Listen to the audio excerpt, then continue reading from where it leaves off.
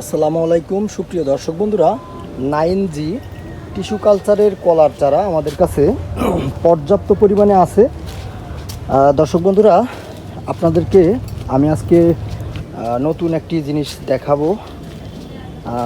নতুন বলতে আমাদের এই যে টিস্যু কালচারের যে চারাগুলো আপনারা দেখছেন, এই চারা থেকে আপনাদের অনেকের কৌতূহল জাগে যে এই চারায় আসলে কলা হয় কি না।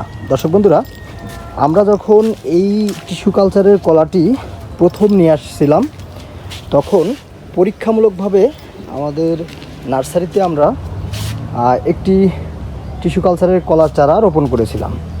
দর্শক, আমি কোনো রকম ভিডিও স্কিপ না করে আপনাদেরকে এই চারা থেকে কোন ধরনের খাদি পড়েছে আমি আপনাদেরকে দেখাবো।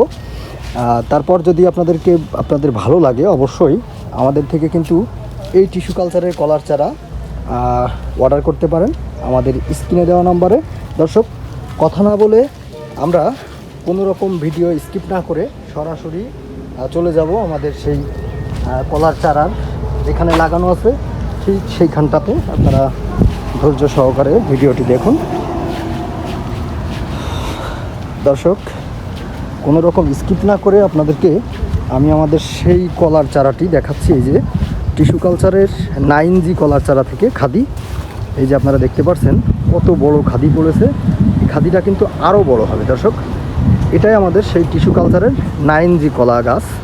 আর সেই খাদি এটা পর্যাপ্ত পরিমাণে ফলন হয়ে থাকে, এটা কোনো গল্প কথা না। এই যে আপনারা সরাসরি দেখতে পাচ্ছেন, গাছ কিন্তু উচ্চতা সর্বোচ্চ 5 থেকে 5.5 ফিট, আর খাদি কিন্তু 3.5 ফিট হয়েই গেছে, প্রায় 4 ফিটের কাছাকাছি।